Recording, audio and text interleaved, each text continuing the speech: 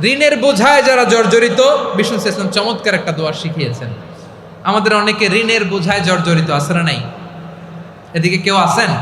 থাকলে হাত তোলার দরকার নেই, থাকলে এই দোয়াটা পড়বেন। এক সাহাবীর নাম আবু উমামা, নামাজের ওয়াক্ত ছাড়া উনি মসজিদে যেয়ে বসে আছে। বিষ্ণু বললেন, কিরে আবু উমামা, নামাজের তো ওয়াক্ত হয় নাই, মসজিদে কি?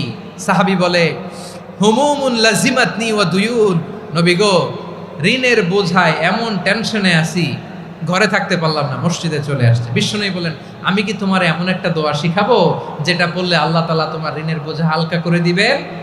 আবু উমামা বললেন, ইয়া রাসূলুল্লাহ, অবশ্যই শিখাবেন। বিষ্ণু বললেন, তাহলে তুমি পড়বা, আল্লাহুম্মা ইন্নী আউযু বিকা মিনাল হাম্মি ওয়াল হাযান ওয়া আউযু বিকা মিনাল জুবনি ওয়াল বুখল ওয়া আউযু বিকা মিন গালাবাতিদ দাইনি ওয়া কাহরির রিজাল। ও আল্লাহ, তোমার কাছ থেকে দুশ্চিন্তা থেকে পানাহ চাই, কৃপণতা, ভীরুতা, অলসতা, কার্পণ্যতা, এই সব কিছু থেকে, মানুষের কঠোরতা, আমার উপর মানুষের আধিপত্য এবং ঋণের বোঝা থেকে পানাহ চাই। এই দোয়াটা যখন বিষ্ণু শিখাই দিলেন, আবু উমামা বারবার এই দোয়া পড়ে, আল্লাহুম্মা ইন্নী আউযু বিকা মিনাল হাম্মি ওয়াল হাযান ওয়া আউযু বিকা মিনাল আজজি ওয়াল কাসাল ওয়া আউযু বিকা মিনাল জুবনি ওয়াল বুখল ওয়া আউযু বিকা মিন গালাবাতিদ দাইনি ওয়া কাহরির রিজাল। আবু উমামা বলে, এই দোয়া আমি পড়তে লাগলাম আর পড়তে লাগলাম, কিছুদিন পরে দেখা গেল বিষ্ণুনবীর শেখানো এই দোয়ার বদৌলতে আল্লাহ তাআলা আমার সব ঋণ পরিশোধের ব্যবস্থা করে দিয়েছেন। পড়বেন পড়বেন। আমার প্রিয় পটুয়াখালীর ভাইয়েরা, বিশ্বনবীর জামাতা সাইয়্যিদিনা আলী রাদিয়াল্লাহু তাআলা আনহুর কাছে এক লোক এসে বলে, হে আলী, ঋণের বোঝায় আমি জর্জরিত, আমার কিছু অর্থ দিয়ে সাহায্য করো। সাইয়্যিদিনা আলী রাদিয়াল্লাহু তাআলা আনহু বললেন, আমি কি তোমারে এমন একটা দোয়া শিখাবো যেটা বিশ্বনবী আমাদের শিখিয়েছেন? এই দোয়া যদি তুমি পড়ো, লাউ কানা আলাইকা মিসলু জাবালিন কাবীরিন দাইনান আদাল্লাহু আনকা, পাহাড় পরিমাণে যদি ঋণের বোঝা হয়, আল্লাহ এটা পরিশোধের ব্যবস্থা করে দিবেন।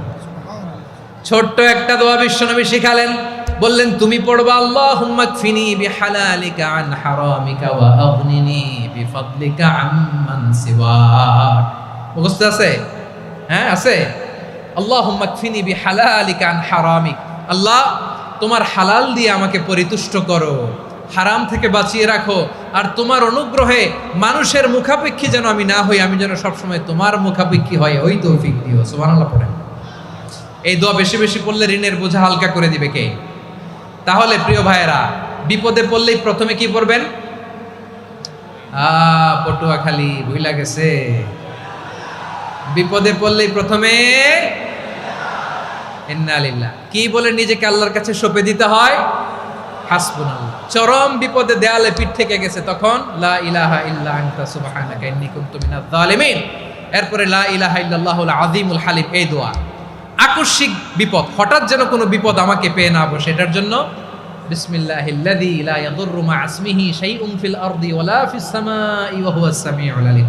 সকালে 3 বার, রাতে 3 বার।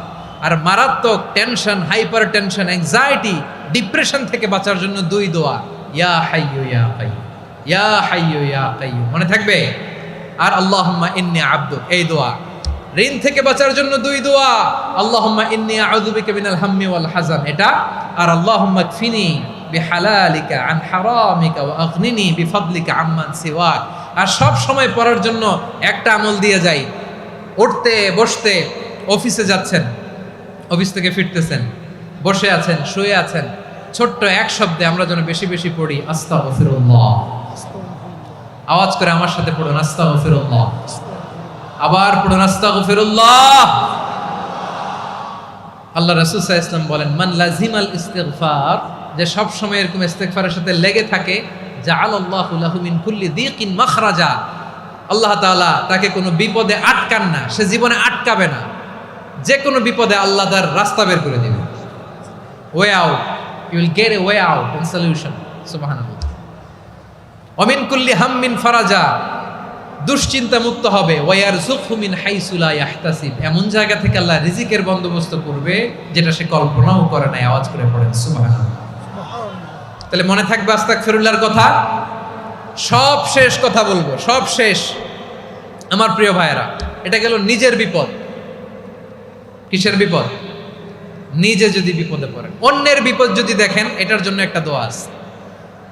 অনেক সময় আমরা দেখি হাসপাতালে ক্যান্সারের থার্ড স্টেজে চলে গেছে, লোকটা হ্যাংলা হয়ে চিকন হয়ে হায়রে কি কষ্ট পায় দেখি না। বিষ্ণু বলে একটা দোয়া যদি কেউ অন্যের কোনো বিপদ দেখে পড়ে, ওই বিপদ তার জীবনে কখনো আসবে না। শুনবেন? শোনার আগ্রহ আছে?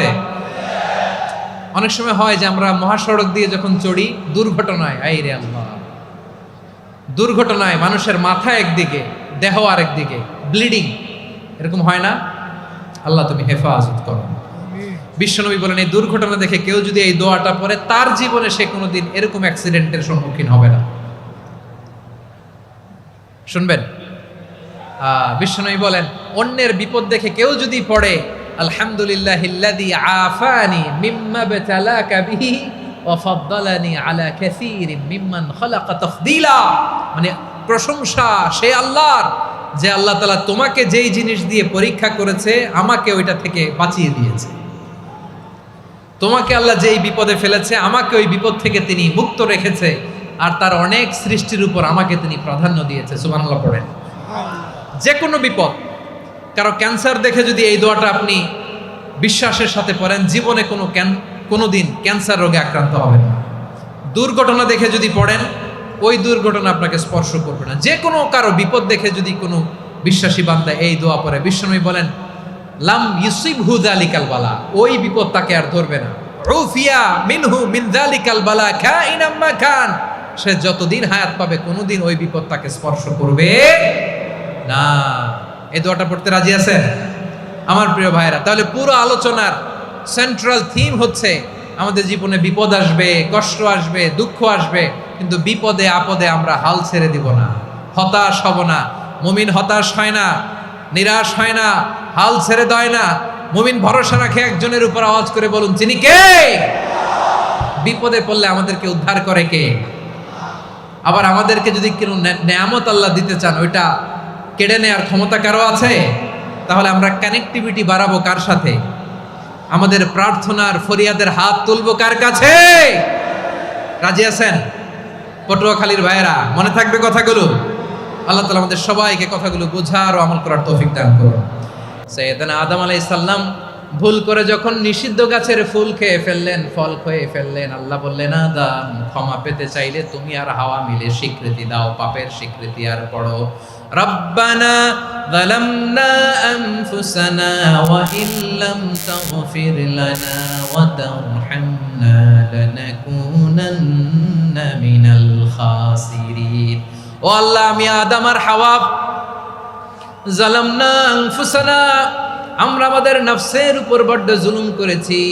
আল্লাহ ওয়া ইল্লাম তাগফির লানা ওয়া তারহামনা, আপনি যদি ক্ষমা না করেন, আপনি যদি দয়া পরবশ না হন, আপনি যদি রহম না করেন, আমরা তো ক্ষতিগ্রস্তদের মধ্যে শামিল হয়ে যাব।